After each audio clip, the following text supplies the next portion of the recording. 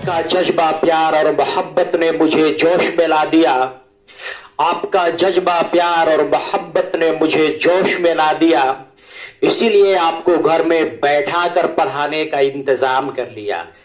तो चलो बच्चों, आज हम लोग स्टार्ट करते हैं इनवर्स ट्रिगोनोमेट्रिक फंक्शन। जी हाँ, आज का टॉपिक होगा inverse trigonometric function.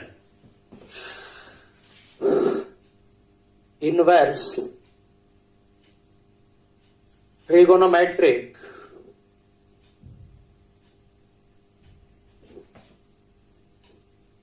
Inverse trigonometric function, ये तुम्हारा 12th क्लास का बहुत इंपॉर्टेंट टॉपिक है। यहां से 4 मार्क्स के क्वेश्चन बोर्ड में आते हैं और वेरियस कंपटीशन एग्जामिनेशंस में भी यहां से क्वेश्चन पूछे जाते हैं। इनवर्स ट्रिगोनोमेट्रिक फंक्शन, तो इनवर्स ट्रिगोनोमेट्रिक फंक्शन को समझने के लिए कुछ इनके सपोर्टिंग टॉपिक का इंफॉर्मेशन तुम्हारे पास होना चाहिए। कुछ इसका सपोर्टिंग टॉपिक है फंक्शन। अगर तुम्हें फंक्शन का थोड़ा बहुत इंफॉर्मेशन रहेगा तब जाकर के इनवर्स ट्रिगोनोमेट्रिक फंक्शन को तुम अच्छे ढंग से समझ पाओगे। जब हम लोग फंक्शन का इंफॉर्मेशन लेंगे तो फंक्शन में सिर्फ हम लोग इतना ही इंफॉर्मेशन लेंगे कि फंक्शन के वजह से हम लोगों का इनवर्स ट्रिगोनोमेट्रिक फंक्शन समझ में आ जाए। वैसे फंक्शन की क्लास बाद में दी जाएगी, अभी सिर्फ इनवर्स ट्रिगोनोमेट्रिक को ध्यान में रखते हुए फंक्शन का थोड़ा बहुत नॉलेज लेंगे। तो फंक्शन का सबसे पहले हम लोग देखेंगे कि फंक्शन का डेफिनेशन क्या होता है। फंक्शन के डेफिनेशन के बाद हम लोग देखेंगे कि फंक्शन में ही वन फंक्शन और मेनी वन फंक्शन क्या होता है। फंक्शन में देखेंगे हम लोग one function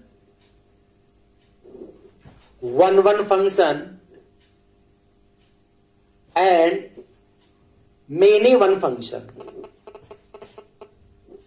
one function and many one function. ये फंक्शन का ही टाइप है। फंक्शन के डेफिनेशन के बाद वन फंक्शन और मेनी वन फंक्शन पढ़ेंगे। फिर तीसरा टॉपिक इसमें हम लोग पढ़ाई करेंगे onto function and into function, onto function and into function. इसके बाद इसी का टॉपिक हम लोग देखेंगे invertible function,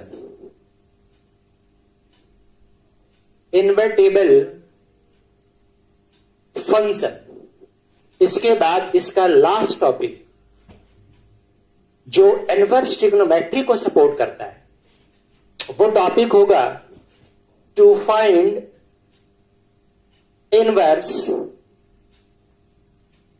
of any function, to find inverse of any function. तो इनवर्स ट्रिगोनोमेट्रिक फंक्शन को समझने के लिए ये 5 टॉपिक का तुम्हारे पास इंफॉर्मेशन होना बिल्कुल जरूरी है। तो ये 5 टॉपिक में हम लोग सबसे पहला टॉपिक पढ़ाई करेंगे कि व्हाट इज फंक्शन। इसमें सिर्फ हम लोग फंक्शन का डेफिनेशन देखेंगे। अगर फंक्शन की डेफिनेशन समझ में आ गई तो समझो आधा काम तुम्हारा यहीं पे हो जाएगा। तो हम लोग टॉपिक पहले स्टार्ट कर देते हैं फंक्शन, और फंक्शन में हम लोग देखेंगे कि फंक्शन का डेफिनेशन क्या है यहां पे बस। तो फंक्शन के बारे में अगर मैं तुम्हें बताऊं तो फंक्शन एक तरह का रिलेशन है। रिलेशन से आई हुई चीज है फंक्शन, मतलब कि रिलेशन का एक ब्रांच है जिसको फंक्शन बोलेंगे। पहले हम लोग थोड़ा सा यहां पे ये जान लें कि रिलेशन क्या है। रिलेशन का थोड़ा बहुत अगर इंफॉर्मेशन तुम्हारे पास आ जाएगा तो फंक्शन के बारे में भी समझ में आ जाएगा। दुनिया में जितने भी एक्सप्रेशंस हैं, चाहे मैं बात कर लूं लॉगरिथम फंक्शन का y = log x, चाहे मैं बात कर लूं एक्सपोनेंशियल फंक्शन का, चाहे मैं बात कर लूं अलजेब्रिक फंक्शन का, चाहे मैं बात कर लूं ट्रिगोनोमेट्रिक फंक्शन का, जितना दुनिया में एक्सप्रेशंस हैं ये सबको एक्सप्रेशंस बोलते हैं। तुम अब तक इस तरह का जो भी चीज पढ़ाई किए हो सब के सब रिलेशन है। रिलेशन का मतलब होता है कि एलिमेंट्स को एक दूसरे के साथ किसी न किसी रूल से कनेक्टेड होना, दैट इज कॉल्ड रिलेशन। जैसे यहां पे देखो, इसमें एक्स और वाई में एक रूल के साथ बॉन्डिंग है, एक्स और वाई के बीच में एक रूल के साथ कनेक्शन है, तो इसको हम लोग बोलेंगे रिलेशन। फंक्शन रिलेशन से निकाला हुआ चीज है, तो हम लोगों को देखना है कि रिलेशन का कौन सा ऐसा रूल है जिसको हम लोग फंक्शन बोलेंगे। तो बोला जाता है ये फंक्शन के बारे में कि अगर मैं एक सेट ए ले लूं, इस बात को एकदम अच्छे से समझना, और एक सेट मैं बी ले लूं, एक सेट ए और दूसरा सेट बी हो गया। सेट ए में जितने भी एलिमेंट्स हैं इनको एक्स से रिप्रेजेंट करो, इसमें वाई का एलिमेंट होगा। इसमें एलिमेंट के तौर पे मैं लूंगा x1, x2, x3, x4, x5, x6, और इसमें आ जाएगा y1, y2, y3, y4, y5 and this is y6। Suppose set ए का x एलिमेंट का रिलेशन सेट बी के y एलिमेंट के साथ है, इस एलिमेंट का रिलेशन इसके साथ है, इस एलिमेंट का रिलेशन इसके साथ है, इस एलिमेंट का रिलेशन इसके साथ है, इसका इसके साथ और इसका इसके साथ, मतलब x का रिलेशन y के साथ है। कोई ऐसा एक्सप्रेशन इस तरह का होता होगा जो मैंने यहां पे लिखा था, कोई ऐसा एक्सप्रेशन होता होगा जिनमें x का वैल्यू x1 रखने के बाद y का वैल्यू y1 देता होगा, कोई ऐसा एक्सप्रेशन होता होगा जिसमें x की जगह पे x2 रखने के बाद y का वैल्यू y2 देता होगा। तो ये एक तरह का रिलेशन हुआ। अब मुझे पहचानना है कि ये रिलेशन फंक्शन है कि नहीं है, क्योंकि ये बात मैंने तुम्हें पहले ही बता दिया है कि फंक्शन रिलेशन से आया हुआ चीज है, तो इसलिए हम लोग फंक्शन को रिलेशन बोलते हैं। हमको देखना है कि ये वाला रिलेशन को हम लोग फंक्शन बोल पाएंगे कि नहीं। तो फंक्शन का रूल जो बताया गया, फंक्शन होने का रूल जो बताया गया, वो ये बताया गया कि सेट ए का जितने भी एलिमेंट्स हैं, इस बात को ध्यान से सुनना, सेट ए का जितने भी एलिमेंट्स हैं, हर एक एलिमेंट्स का सेट बी में y के साथ डिस्टिंक्ट रिलेशन होना चाहिए। हमारे बात को ध्यान से सुनना, सेट ए में जितने भी एलिमेंट्स है, हर एक एलिमेंट का सेट बी में एलिमेंट के साथ डिस्टिंक्ट रिलेशन होना चाहिए। डिस्टिंक्ट का मतलब यहां पे यह हुआ कि एक एलिमेंट का इसमें रिलेशन एक ही एलिमेंट के साथ होना चाहिए। किसी भी एक एलिमेंट का रिलेशन सेट बी में एक ही एलिमेंट के साथ होना चाहिए। अगर इस तरह से रिलेशन हो गया तो फंक्शन वो नहीं कहलाएगा। एग्जाम्पल के तौर पे ये, अगर मैं बोल दिया ये कि एक सेट ए है और एक सेट बी है, इसमें एलिमेंट के तौर पे x1, x2, x3, x4, x5, यहां पे y1, y2, y3, y4 और y5 है। अगर इस एलिमेंट का रिलेशन इसके साथ है, इसका रिलेशन अगर इसके साथ है, इसका रिलेशन अगर इसके साथ है, और इसका रिलेशन अगर इसके भी साथ है, और इसका रिलेशन इसके साथ है, तो ऐसे केस में इस रिलेशन को हम लोग फंक्शन नहीं बोलेंगे, क्योंकि इस एलिमेंट का रिलेशन सेट बी में एलिमेंट के साथ, डिस्टिंक्ट एलिमेंट के साथ रिलेशन नहीं है। इस एलिमेंट का रिलेशन सेट बी में दो एलिमेंट के साथ है।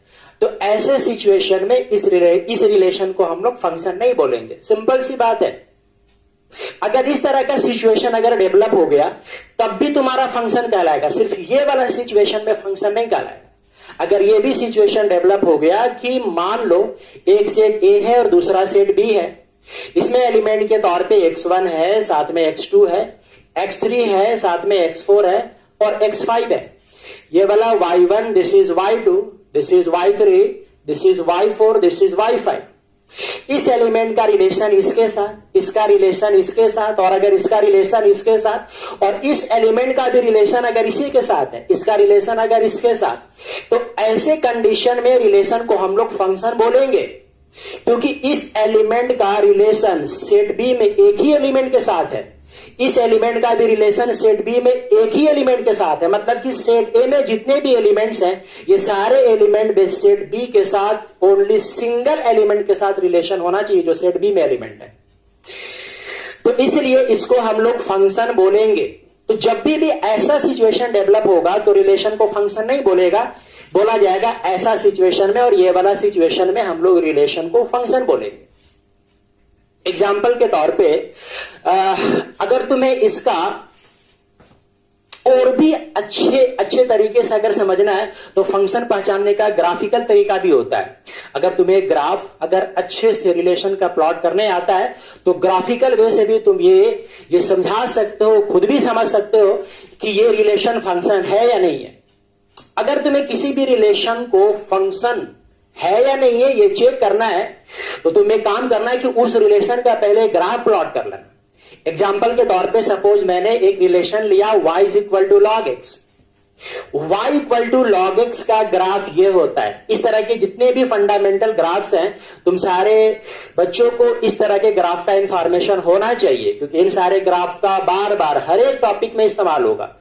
तो इन सारे फंक्शन को, इन सारे रिलेशन का ग्राफ अच्छे से देख लेना। मार्केट में एक बुक आती है प्ले विद ग्राफ, उसमें ढेर सारे फंडामेंटल फंक्शंस का, फंडामेंटल रिलेशन का ग्राफ वहां पे दिया हुआ है, देख लेना तुम लोग। तो y equal to log X का ग्राफ ये होता है। अगर इसमें तुम y एक्सिस के पैरेलल लाइन अगर ड्रॉ करोगे तो सिर्फ सिंगल पॉइंट पे कट करेगा। तो ऐसे सिचुएशन में इस रिलेशन को फंक्शन बोला जाएगा। बोला जाता है ये कि अगर तुम्हें किसी भी रिलेशन का ग्राफ ड्रॉ करने आता है तो ग्राफ ड्रॉ करने के बाद उसी ग्राफ पे y एक्सिस के पैरेलल तुम लाइन ड्रॉ कर दो, और अगर वो लाइन ग्राफ को एक पॉइंट पे कट कर रहा है, सिंगल पॉइंट पे कट कर रहा है, तो ऐसे रिलेशन को हम लोग फंक्शन बोल देंगे। अगर एक से ज्यादा पॉइंट पे कट करेगा तो फिर ऐसे रिलेशन को हम लोग फंक्शन नहीं बोलेंगे। सिंपल सी बात। अगर मैं कुछ और एग्जांपल लूं, जैसे y equal to E to the power x, इसका भी ग्राफ बहुत सारे बच्चों को पता होगा, और जिन बच्चों को पता नहीं होगा उसका ग्राफ यहां पे तुम लोग देख लो। y is equal to e to the power x का ग्राफ ये होता है ऐसा। इसमें भी तुम ग्राफ पे y एक्सिस के पैरेलल अगर तुम लाइन ड्रॉ करोगे तो एक ही पॉइंट पे कट करेगा। तो ऐसे कंडीशन में इस रिलेशन को हम लोग फंक्शन बोलेंगे। अगर मान लो तुम्हें इस तरह का रिलेशन मिला कि X square plus Y square is equal to A square, इसको बोला जाता है स्टैंडर्ड इक्वेशन ऑफ सर्कल। अगर तुम इसका ग्राफ प्लॉट करोगे स्टैंडर्ड सर्कल का, तो स्टैंडर्ड सर्कल का सेंटर 0 0 होता है, और यहां पे जो नंबर होता है इसको रेडियस बोला जाता है। तो रेडियस अभी यहां पे a है, इसका अगर ग्राफ ड्रॉ करोगे तो ये आएगा जिसका रेडियस a के बराबर है। इसमें अगर तुम y एक्सिस के पैरेलल लाइन ड्रॉ करोगे तो ये सिंगल पॉइंट पे कट नहीं करेगा, बल्कि ये डबल पॉइंट पे कट करेगा। देखो, एक बार यहां पे कट कर रहा है, एक बार यहां पे कट कर रहा है। तो ऐसे कंडीशन में इस रिलेशन को फंक्शन नहीं बोला जाएगा। तो फंक्शन पहचानने का बहुत ही आसान तरीका है। एक और क्लू, सिंपल सी बात है, तुम ऐसे भी पकड़ सकते हो। देखो, इसका मतलब ये हुआ कि डबल वाई पे अगर सिंगल एक्स आ गया, डबल वाई पे अगर सिंगल एक्स दे दिया, तो ऐसे सिचुएशन में हम लोग रिलेशन को फंक्शन नहीं बोलते। इसके अलावा बाकी जितने भी सिचुएशंस आएंगे सारे सिचुएशंस को हम लोग फंक्शन बोल सकते हैं। इसका मतलब ये देखो, डबल एक्स पे सिंगल वाई, डबल एक्स पे सिंगल वाई, या फिर सिंगल सिंगल एक्स पे सिंगल सिंगल वाई है। यहां पे देखो डबल वाई पे सिंगल एक्स है, यहां पे देखो डबल एक्स पे सिंगल वाई है। तो ये केस में फंक्शन नहीं कहलाएगा, बाकी ये दोनों केस में फंक्शन कहलाएगा। दुनिया में जितने भी रिलेशंस होते हैं या तो इस रूल को फॉलो करते हैं, या तो इस रूल को फॉलो करते हैं, या तो इस रूल को फॉलो करते हैं। तो इस रूल को फॉलो करने वाले जितने भी रिलेशंस होंगे उनको हम लोग फंक्शन नहीं बोलेंगे। एग्जाम्पल के तौर पे तुम लोग और देख सकते हो कि अगर मान लो कि तुम्हें मिल गया y square equal to 4ax, मान लो ये एक रिलेशन है, y square equal to 4x के बारे में जानते हो। y square equal to 4ax is a standard equation of parabola. तो ये पैराबोला में देखो होगा ये कि अगर तुम x के जगह पे 1 रख दिए, सपोज अगर x के जगह पे 1 रखोगे, तब जरा देखो y का वैल्यू क्या आएगा। y square is equal to 4a और x के जगह पे 1, that imply y square is equal to 4a, that imply y is equal to हो जाएगा plus minus root under 4a, तब जाकर के आ जाएगा y equal to plus minus 2 root a। मतलब कि जो y का वैल्यू मिला वो 2 रूट a मिला, और साथ में y का वैल्यू माइनस 2 रूट a भी मिला। तो अगर मैंने x का वैल्यू 1 रखा तो देखो y का वैल्यू डबल मिल गया। मतलब एक x के वैल्यू पर y का वैल्यू डबल मिल गया। मतलब इस रूल को फॉलो किया कि सिंगल x पे y का वैल्यू देखो डबल मिल गया। मैंने x का वैल्यू सिंगल रखा ओनली 1, लेकिन y का वैल्यू 2 मिल गया। तो ऐसे केस में इस तरह के रिलेशन को फंक्शन नहीं बोला जाएगा। This is not a function, इसको हम लोग फंक्शन नहीं बोलेंगे। इसके अलावा बाकी जितने भी सिचुएशन डेवलप होंगे, अगर डबल एक्स पे सिंगल वाई मिल गया तो ऐसे कंडीशन में फंक्शन कहलाएगा। अगर तुम इसका भी एग्जांपल देखना चाहोगे तो ये है कि अगर मान लो कि रिलेशन तुम्हें मिल गया X square is equal to 2y, मान लो ऐसा मिल गया, तो इसको हम लोग फंक्शन बोल सकते हैं। अगर इसमें तुम x का जगह पे, अगर तुम इसमें x के जगह पे 1 रखोगे, x के जगह पे अगर तुम 1 रखोगे तो सिंपल 1 रखने के बाद y का वैल्यू 1/2 आएगा। अगर तुम x के जगह पे -1 रखोगे तब भी तुम्हारा y का वैल्यू 1/2 के बराबर ही आएगा। तो इसका मतलब यह हुआ कि यहां पे देखो y सेम ही है, y हमेशा 1/2 है, लेकिन x का वैल्यू 1 भी है -1 भी है। मतलब डिफरेंट x पे सेम y है, डिफरेंट x पे सेम y है। तो इस तरह का रिलेशन अगर मिलेगा तो फंक्शन कहलाएगा। ऐसा रिलेशन मिलेगा तो फंक्शन नहीं कहलाएगा जब x का वैल्यू मैं एक ही रखूं लेकिन y का वैल्यू डबल दे दे, सिंगल x पे डबल y दे दे, ये फंक्शन नहीं कहलाएगा। ये फंक्शन कहलाएगा या फिर सिंगल x पर सिंगल y का वैल्यू दे, तो वैसे केस में भी हम लोग रिलेशन को फंक्शन बोलेंगे। तो ये रहा तुम्हारा फंक्शन का डिफिनेशन। तुम चाहोगे तो इसको नोट कर सकते हो।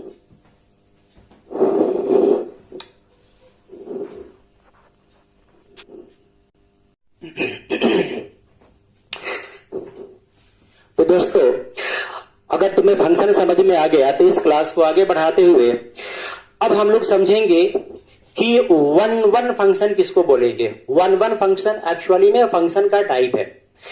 वन फंक्शन का मतलब होता है कि सिंगल x पे सिंगल y, एक x के लिए एक y, इसको बोलेंगे वन फंक्शन। अभी कुछ देर पहले मैंने डिस्कशन किया था कि फंक्शन 2 केस में होगा, एक केस में नहीं होगा। डबल y पे अगर सिंगल x देगा, या फिर हम लोग ऐसे कहें कि सिंगल x पे अगर 2 y देगा तो फंक्शन नहीं होगा। फंक्शन होने की शर्त होता है कि सिंगल x पे सिंगल y, या फिर सिंगल x पे सिंगल y, या फिर डबल x पे भी सिंगल y अगर दे दिया तो ऐसे केस में हम लोग फंक्शन बोलेंगे। 2 केस में फंक्शन कहलाएगा। एक केस ये कि अगर मान लो एक सेट A है और दूसरा सेट B है, इसमें एलिमेंट के तौर पे x1, x2, x3, x4 और x5, साथ में इसमें आ गया y1, y2, y3, y4 and this is y5। इस एलिमेंट के साथ रिलेशन, इसका इसके साथ रिलेशन, इसका इसके साथ, इसका इसके साथ और इसका इसके साथ रिलेशन है। तो ऐसे सिचुएशन में इस फंक्शन को वन फंक्शन बोला जाएगा। वन फंक्शन होने का 2 शर्त होता है, या तो ये सिचुएशन हो जाए या फिर ऐसा सिचुएशन हो जाए तो भी वन फंक्शन कहलाएगा। मान लो कि एक सेट A है और ये एक दूसरा सेट B है, इसमें एलिमेंट के तौर पे x1, x2, x3, x4, x5, इसमें हो जाएगा y1, y2, y3, y4 and this is y5।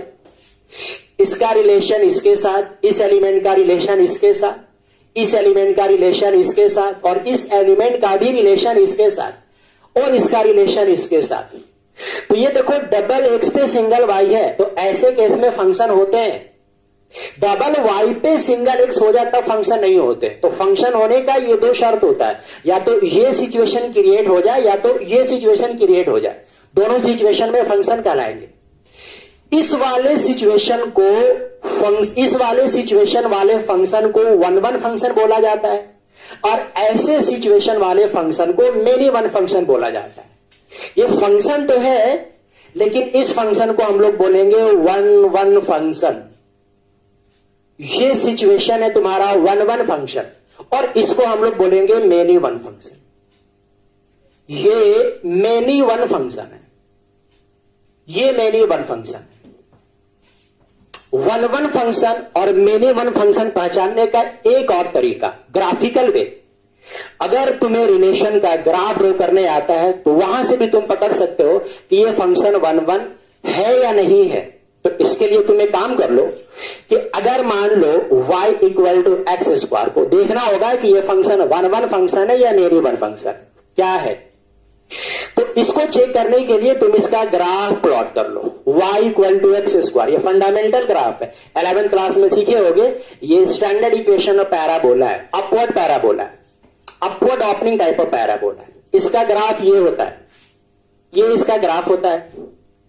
अगर तुम्हें पहचानना है कि ये फंक्शन वन फंक्शन है कि नहीं है, तो ये पहचानने के लिए तुम इसी ग्राफ पे एक्स एक्सिस के पैरेलल लाइन ड्रॉ करो, और अगर ये लाइन एक से ज्यादा पॉइंट पे कट कर जाएगा तो मेनी वन फंक्शन कहलाएगा, और अगर एक पॉइंट पे कट करेगा तो वन फंक्शन कहलाएगा। बहुत सिंपल है। ये देखो एक से ज्यादा पॉइंट पे कट कर रहा है, यहां भी कट कर रहा है, यहां भी कट कर रहा है, तो ये मेनी वन फंक्शन है। इसको हम लोग बोलेंगे मेनी वन फंक्शन। ये मेनी वन फंक्शन है। अगर मैं एक और एग्जांपल दिखलाऊं, y equal to x cube, तो y equal to x cube का ग्राफ ये होता है। This is graph of y equal to x cube. अगर इसको पहचानना है कि ये फंक्शन है या नहीं है, तो इसमें भी x एक्सिस के पैरेलल लाइन ड्रॉ कर लो, और जब x एक्सिस के पैरेलल लाइन ड्रॉ करोगे तो यहां पे पाओगे कि ग्राफ को हर एक लाइन सिंगल पॉइंट पे ही कट कर रहा है। तो फिर ऐसे सिचुएशन में इस रिलेशन को तुम लोग वन फंक्शन बोल सकते हो। इस वन फंक्शन को मैथमेटिकल तरीके से भी आसानी से चेक की जा सकती है। जरा ध्यान से देखना, अगर मैंने बोल दिया f(x1) is equal to f(x2), अगर मैंने बोल दिया f(x1) is equal to f(x2), तो इसका मतलब ये जरूरी है कि x1 भी x2 के बराबर होना चाहिए। अगर f(x1) और f(x2) अगर दोनों बराबर है तो x1 x2 भी बराबर होना चाहिए, तब जाकर के फंक्शन को हम लोग वन फंक्शन बोलेंगे। मैं ऐसा इसलिए कह रहा हूं कि f(x1) f(x2) बराबर होने का मतलब कि दोनों x1 और x2 पर y का वैल्यू सेम है। f(x1) और f(x2) दोनों y का वैल्यू होता है। तो अगर y का वैल्यू सेम है और यहां पे x1 x2 अलग अलग हो जाए, तो इसका मतलब यह हुआ कि अलग अलग x पर y का वैल्यू सेम हो गया। और अगर अलग अलग x पर y का वैल्यू सेम अगर कहलाएगा, तो वैसे सिचुएशन में फंक्शन को हम लोग वन फंक्शन नहीं बोलेंगे। तो वन फंक्शन होने का शर्त यह है कि अगर इसका y बराबर है तो x भी बराबर होना पड़ेगा। y अगर बराबर x यहां पे अगर बराबर नहीं रहा तो मेनी वन फंक्शन कहला जाएगा। डिफरेंट x पर y का वैल्यू सेम कहला जाएगा, जो मेनी वन फंक्शन कहलाता है। तो अगर फंक्शन को वन होना है तो इसका मतलब यह हुआ कि अगर ये दोनों बराबर है तो x1 x2 भी बराबर होना जरूरी है। अगर एग्जाम्पल इसका तुम देखना चाहोगे तो चलो यहां पे एक एग्जाम्पल भी देख लो। मैंने एक अगर फंक्शन दिया f(x) is equal to suppose x cube, या f(x) इज इक्वल टू मैंने दिया x+1 या x+2। मैं तुमसे बोला कि चेक करके बताओ कि ये फंक्शन वन है या मेनी वन है। तो तुम एक काम करना कि x का दो वैल्यू तुम लेना, ऐसे कर लेना। तुम पहले मान लेना कि late f(x1) is equal to f(x2). मान लेना कि f(x1) और f(x2) दोनों आपस में बराबर है, और अगर ये दोनों आपस में बराबर है तो x1 x2 भी आपस में बराबर होना चाहिए। अगर फंक्शन वन है तो अगर ये फंक्शन मेरी वन होगा तो x1 और x2 दोनों का वैल्यू इक्वल नहीं होना चाहिए, x1 x2 दोनों बराबर नहीं होना चाहिए। देख लेते हैं कि अगर y बराबर है तो x1 x2 दोनों आपस में बराबर है या नहीं है। चलो ये बात को चेक कर लो। ये बताओ कि f(x1) की वैल्यू क्या है। f(x1) का वैल्यू निकालने के लिए x की जगह पे x1 रख लो। अगर x की जगह पे x1 रख लेंगे तो लेफ्ट हैंड साइड में आ जाएगा x1+2 और राइट हैंड साइड में आ जाएगा x2+2। सिंपल सी बात है, जरा देखो 2 से 2 कैंसिल हो गया, तब आ गया x1 is equal to x2। मतलब कि f(x1) और f(x2) अगर मैंने बराबर किया तो x1 भी x2 के बराबर आ गया। तो इसका मतलब यह हुआ कि ये फंक्शन मेनी वन फंक्शन नहीं है। मतलब कि सेम y पे x का वैल्यू डिफरेंट नहीं आया, मतलब डिफरेंट x पे सेम y का वैल्यू नहीं दिया, ऐसा सिचुएशन नहीं आया। तो इसका मतलब ये फंक्शन मेनी वन फंक्शन नहीं है, मतलब ये फंक्शन वन फंक्शन है। बहुत सिंपल है। तुम वन फंक्शन ये 3 तरीकों से तुम पकड़ सकते हो। अगर ये सिचुएशन क्रिएट हो गया तो वन वन फंक्शन है, ऐसा सिचुएशन आया तो many one function. Graph plot करने के बाद एक्स एक्सिस के पैरेलल तुम लाइन ड्रॉ करना, अगर सिंगल पॉइंट पे कट किया तो भी वन वन फंक्शन, एक से ज्यादा पॉइंट पे कट कर जाएगा तो मेनी वन फंक्शन। इसके बाद दोनों मतलब x1 x2 पर दोनों y के वैल्यू को बराबर करके देख लेना कि x1 x2 बराबर है कि नहीं है। अगर x1 x2 बराबर नहीं आया तो डिफरेंट x पे सेम y आ गया, तो वैसे सिचुएशन में मेनी वन फंक्शन कहला जाएगा। और अगर ये दोनों बराबर आया तो बोल देना कि ये वन वन फंक्शन है। तो वन वन फंक्शन पहचानने का बहुत ये सब अच्छा तरीका है, इसको भी तुम लोग कॉपी पे नोट कर लो।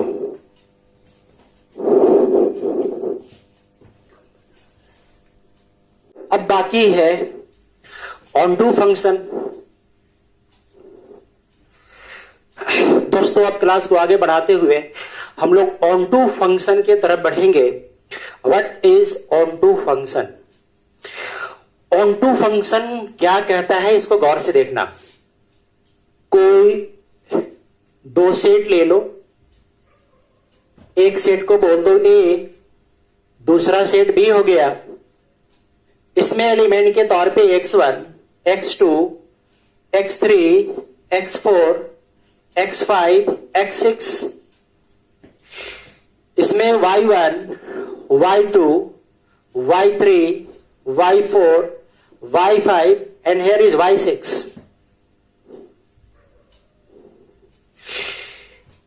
सेट ए में जितने भी एलिमेंट्स हैं, इन सारे एलिमेंट्स को डोमेन बोला जाता है। अगर तुम्हें बोला जाएगा रिलेशन या फंक्शन जो भी है कि इस रिलेशन का डोमेन बताओ, मान लो कि इस सेट का रिलेशन इसके साथ है, इसका इसके साथ है, ये रिलेशन है। अगर बोला जाएगा कि बताओ ये रिलेशन का डोमेन क्या है, तो सेट ए में जितने एलिमेंट्स होते हैं इनको डोमेन बोला जाता है। तो डोमेन के तौर पे आ जाएगा x1, x2, x3, x4, x5 और x6। बोला जाएगा कि बताओ इसका कोडोमेन क्या है, तो कोडोमेन सेट बी में जितने भी एलिमेंट्स हैं सारे एलिमेंट्स को कोडोमेन बोला जाता है। कोडोमेन सेट बी में जितने भी एलिमेंट्स आएंगे वो सब कोडोमेन होते हैं। तो कोडोमेन का एलिमेंट्स हो जाएगा y1, y2, y3, y4, y5, y6।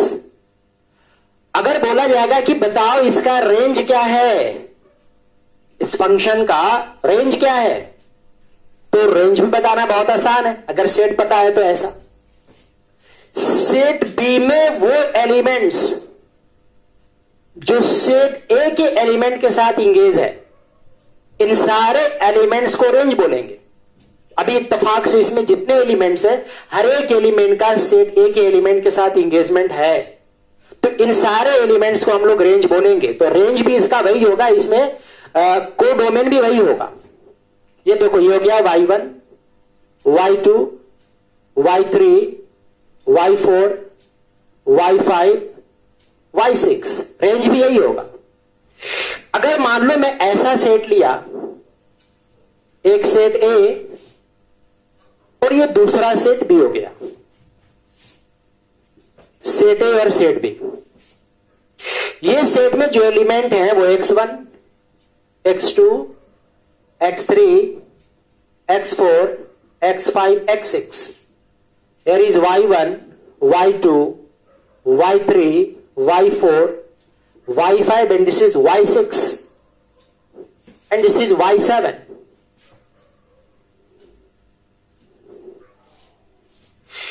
इस एलिमेंट का रिलेशन इसके साथ, इसका इसके साथ, इसका इसके साथ, इसका इसके साथ, चलो इसका भी इसी के साथ, ये मेनी वन फंक्शन है।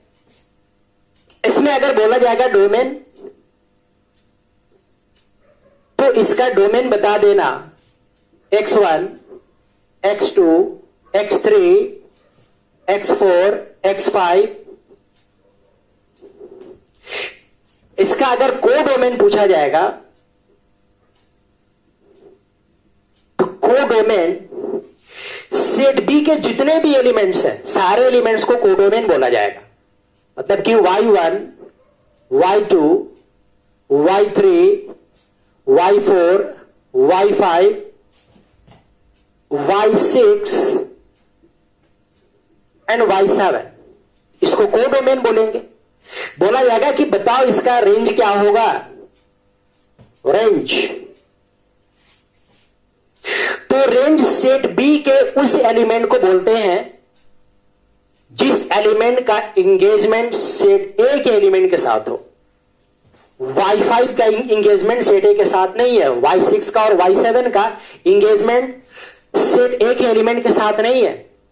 तो इन तीनों एलिमेंट को डोमेन का सेट में, इन तीनों एलिमेंट को रेंज का सेट में नहीं रखा जाएगा। इन तीनों का एलिमेंट रेंज के सेट से बाहर होगा। तो अगर इस फंक्शन का रेंज अगर पूछा जाएगा तो सिर्फ आएगा y1, y2, y3 and y4 ये। लेकिन तुम लोगों को जानना है कि ऑन2 फंक्शन क्या है। तो ऑन2 फंक्शन के बारे में बताया गया है कि जिस किसी फंक्शन में रेंज और कोडोमेन दोनों बराबर हो जाएगा, ऐसे फंक्शन को हम लोग ऑन2 फंक्शन बोलेंगे। ऑन2 फंक्शन को समझना एकदम आसान है। जिस किसी फंक्शन में रेंज और कोडोमेन दोनों बराबर हो जाएगा, ऐसे फंक्शन को ऑन2 फंक्शन बोला जाएगा। जैसे कि यहां पे देखो, रेंज और कोडोमेन इक्वल है तो ये ऑन2 फंक्शन है। यहां पे रेंज और कोडोमेन बराबर नहीं है तो इसको हम लोग इनटू फंक्शन बोलेंगे।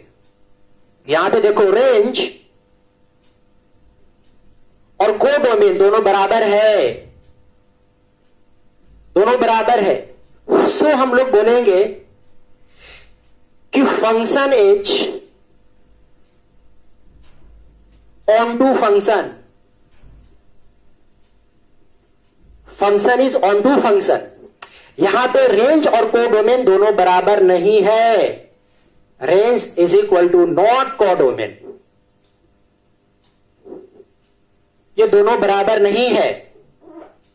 इसलिए हम लोग बोलेंगे कि फंक्शन इज इनटू फंक्शन। इसलिए फंक्शन इनटू फंक्शन है। सिंपल सी बात है। अगर मान लो कि कोई फंक्शन दिया रहेगा ऐसे, मान लो अगर कोई ऐसा फंक्शन दिया हुआ है कि f(x) या f सच दैट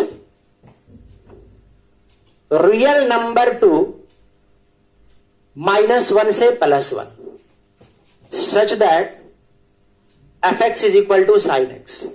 ये तुमसे पूछा जाएगा कि बताओ ये फंक्शन ऑन2 फंक्शन है कि नहीं है। अब इतना सारा ये सब चीज देकर के तुम सारे बच्चे गड़बड़ा मत जाना कि ये सब क्या लिखा हुआ है। फंक्शन का यहां पे जो नंबर रहेगा इसको डोमेन बोलेंगे, और यहां पे जो भी दिया रहेगा फंक्शन का कोडोमेन बोला जाता है। मतलब कि फंक्शन का डोमेन और कोडोमेन का इंफॉर्मेशन यहां पे होता है। मतलब कि function f(x) equal to sin x जो दिया हुआ है उसका डोमेन रियल नंबर है और इसका रेंज -1 से +1 है। तुमसे पूछा गया कि बताओ कि इसका ये फंक्शन ऑन2 फंक्शन है कि नहीं है। बताना बहुत सिंपल है, क्योंकि इस फंक्शन का कोडोमेन दिया हुआ है। इस फंक्शन का कोडोमेन -1 से +1 है, और तुम फंक्शन का रेंज भी पहले से जानते हो। sin x का रेंज 11th क्लास में पढ़ाई किए होगे कि sin x का रेंज -1 से +1 तक होता है। इसका अगर तुम रेंज के बारे में पढ़ाई करोगे sin x का, तो इसका रेंज भी -1 से +1 तक होता है। अब तुम अगर इसको गौर से देखोगे तो रेंज और कोडोमेन दोनों आपस में बराबर है। तुम यहां पे कह सकते हो कि since range is equal to codomain, range is equal to codomain, तब जाकर के तुम बता सकते हो कि so f(x) is onto function. So f(x) is onto function. तो ये है तुम्हारा ऑन2 और इनटू फंक्शन का इंफॉर्मेशन। इसको कॉपी कर लो। इसके बाद आगे की टॉपिक में तुम्हें बताऊंगा कि इन्वर्टिबल फंक्शन किसको बोला जाता है। Note down.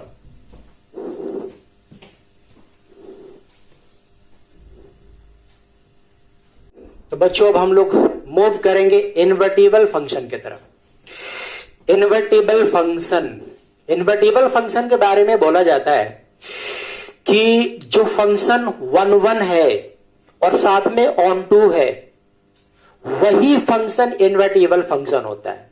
उसी फंक्शन का हम लोग इनवर्स निकाल सकते हैं। सिंपल बात है, जो फंक्शन 1 1 है और साथ में ऑन टू है, वैसे फंक्शन को इन्वर्टिबल फंक्शन बोलते हैं। वैसे फंक्शन का हम लोग इनवर्स निकाल सकते हैं। आगे जाकर के हम लोग सीखेंगे कि फंक्शन का इनवर्स निकालेंगे कैसे, लेकिन फंक्शन का इनवर्स निकालने के लिए देखना पड़ेगा कि फंक्शन इन्वर्टिबल फंक्शन है कि नहीं है। बोला गया कि फंक्शन अगर मेनी वन फंक्शन है तो इन्वर्टिबल फंक्शन नहीं होगा। फंक्शन अगर इनटू फंक्शन है तो इन्वर्टिबल फंक्शन नहीं होगा, क्योंकि इन्वर्टिबल फंक्शन का मतलब होता है जब हम लोग किसी फंक्शन का इनवर्स निकालते हैं तो डोमेन रेंज में बदल जाता है और रेंज डोमेन में बदल जाता है। इन्वर्टिबल फंक्शन का मतलब एक बार फिर से समझो, किसी भी फंक्शन का इनवर्स निकालने का मतलब यह होगा कि x y में बदल जाना और y x में बदल जाना है, यानी कि डोमेन रेंज में बदल जाना, रेंज डोमेन में बदल जाना। तो अगर मान लो कि वो फंक्शन मेनी वन फंक्शन है, सपोज कर लेते हैं कि फंक्शन ऐसा है, एक सेट ए हो गया और एक सेट बी हो गया। इसमें एलिमेंट के तौर पे x1, x2, x3, x4, x5, ये वाला हो जाएगा y1, y2, y3, y4, this is y5। मान लो कि ये मेनी वन फंक्शन है, ये मेनी वन फंक्शन है और इस फंक्शन का हम लोग इनवर्स निकालेंगे। तो इस फंक्शन का इनवर्स का मतलब ये होगा कि इसका रेंज बदल जाएगा डोमेन और डोमेन बदल जाएगा रेंज। मतलब कि ये हो जाएगा, ये सेट ए और ये सेट आ जाएगा बी और इसमें एलिमेंट के तौर पे हो जाएगा y1, y2, y3, y4, y4। इसमें बन जाएगा x1, x2, x3, x4 और x5। y1 का रिलेशन x1 के साथ, y2 का x2 और x3 दोनों के साथ, y3 का रिलेशन x4 के साथ और y4 का रिलेशन x5 के साथ। तो मैंने इस फंक्शन का इनवर्स निकाल दिया। तो अब जरा देखो कि क्या ये फंक्शन है। मैंने फंक्शन का डेफिनेशन दिया था कि इस एलिमेंट का, सेट बी एलिमेंट का दो डिफरेंट वैल्यू पर सेट ए में सेम एलिमेंट के साथ रिलेशन नहीं बनाना चाहिए। या मैंने यह बोला था कि सेट ए का एक एलिमेंट का सेट बी में दो एलिमेंट के साथ रिलेशन नहीं होना चाहिए। ऐसे केस में यह फंक्शन नहीं कहलाएगा। तो जब फंक्शन मेनी वन फंक्शन होगा, इसका हम लोग इनवर्स निकालने जाएंगे तो फंक्शन ही नहीं कहलाएगा। इसीलिए बोला गया कि जब फंक्शन मेनी वन फंक्शन होगा तो वैसे सिचुएशन में हम लोग फंक्शन का इनवर्स नहीं निकाल पाएंगे, और जब फंक्शन इनटू होगा तब भी नहीं निकाल पाएंगे। अगर मान लो एक सेट ए है और दूसरा सेट बी है, एक सेट ए और दूसरा सेट बी, इसमें एलिमेंट है x1, x2, x3, x4, इसमें y1, y2, y3, y4, y5, y6, इसका रिलेशन इसके साथ, इसका इसके साथ, ये सब का रिलेशन इसके साथ होगा। अगर ये सेट का हम लोग इनवर्स निकालने जाएंगे, ये सेट ए हुआ और ये वाला सेट बी हुआ, इसका वाला एलिमेंट इसमें आ जाएगा, इसका वाला एलिमेंट इसमें आ जाएगा। मतलब ये वाला बन जाएगा y1, y2, y3, y4, y5, y6 और ये वाला बन जाएगा x1, x2, x3, x4। y1 का x1 के साथ, y2 का x2 के साथ, y3 का x3 के साथ और y4 का x4 के साथ। और सेट ए में दो एक्स्ट्रा एलिमेंट बच गया। किसी भी फंक्शन में सेट ए में कभी भी एक्स्ट्रा एलिमेंट नहीं बचता है अगर वो फंक्शन है तो अगर ये फंक्शन है तो सेट ए में एलिमेंट नहीं बचना चाहिए था, सेट ए में एलिमेंट बच गया, तो इसका मतलब ये फंक्शन नहीं है। और ऐसा इसलिए हुआ कि यहां पे इनटू फंक्शन था। तो इसलिए बोला गया है कि जब भी इनटू फंक्शन का इनवर्स निकालने जाएंगे तो फिर वो फंक्शन के रूल को फॉलो नहीं करेगा। इसीलिए फंक्शन का इनवर्स निकालना है तो फंक्शन को ऑन टू होना पड़ेगा, इनटू नहीं।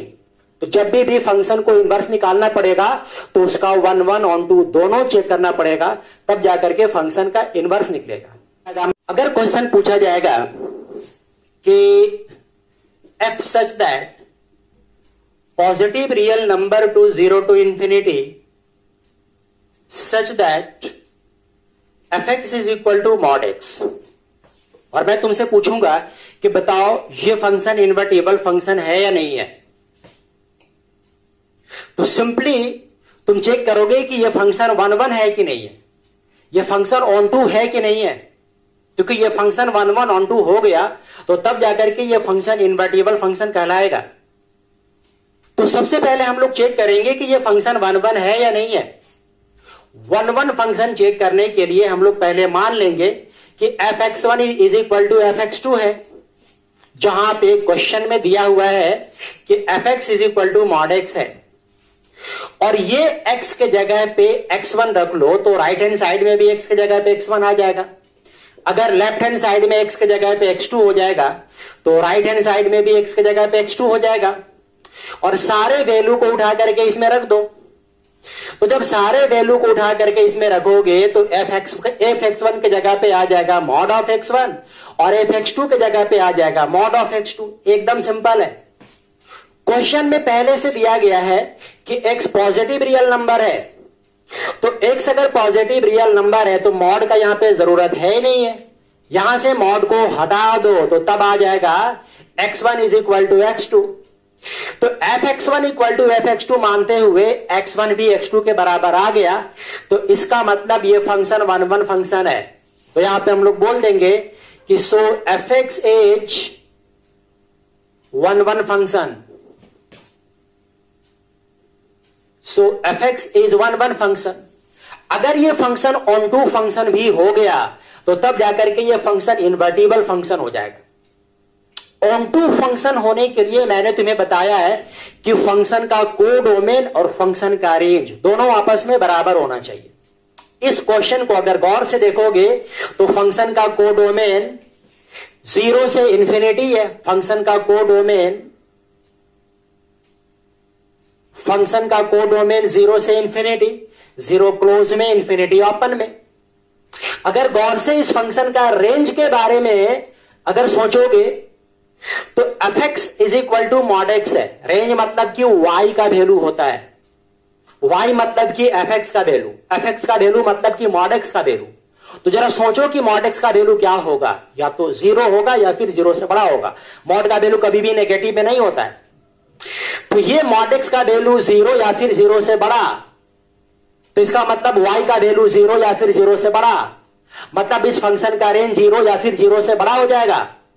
तो अगर इस फंक्शन का रेंज के बारे में अगर डिसीजन लोगे तो इस फंक्शन का भी रेंज हो जाएगा 0 से इंफिनिटी। तो इस तरह से इस फंक्शन का कोडोमेन और रेंज दोनों आपस में बराबर हो गया। सो फंक्शन का कोडोमेन और फंक्शन का रेंज दोनों आपस में इक्वल हो गया। तब जाकर के हम लोग बोलेंगे कि fx is onto function, fx is onto function.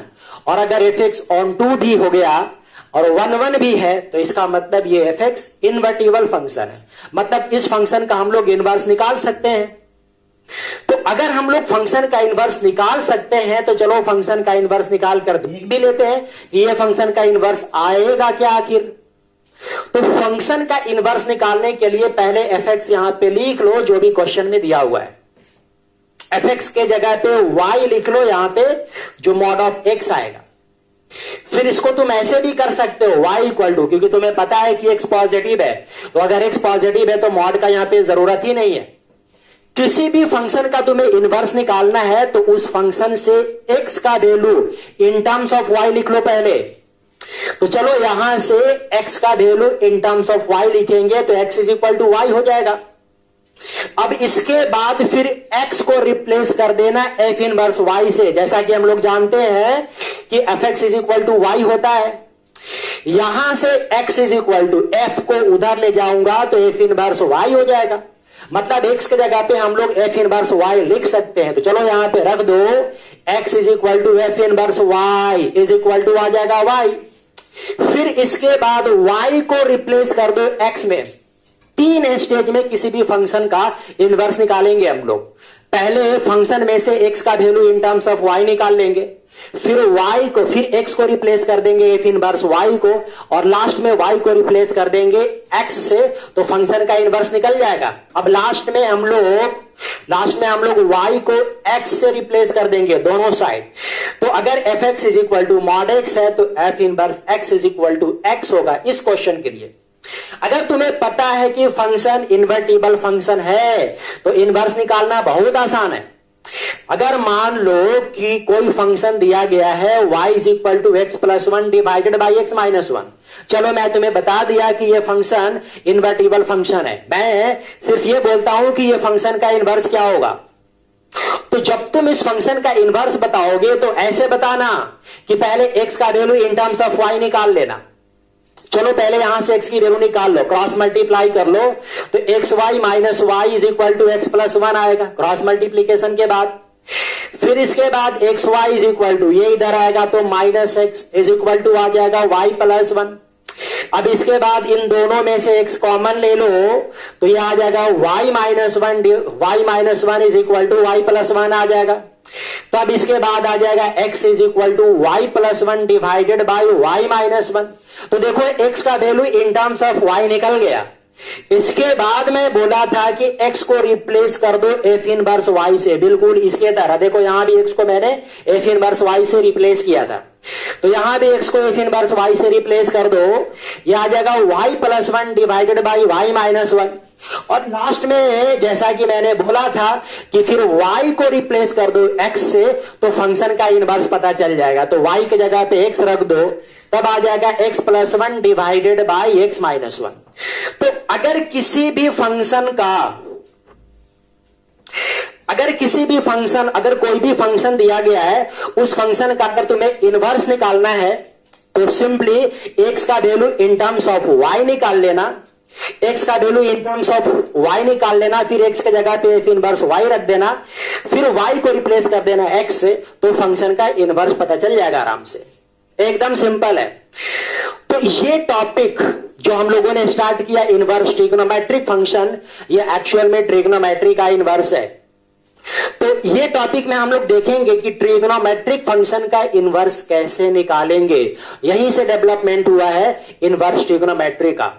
तो अगला, अब इसके बाद मैं तुम्हें बताऊंगा कि ट्रिग्नोमेट्री का इनवर्स कैसे निकालते हैं, वहां से तुम्हारा स्टार्ट हो जाएगा इनवर्स ट्रिग्नोमेट्रिक फंक्शन। यहां तक की कॉपी कर लो।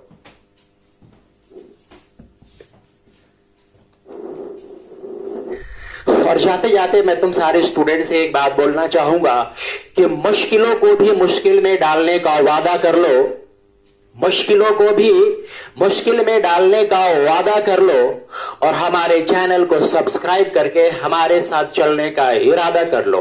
Thank you.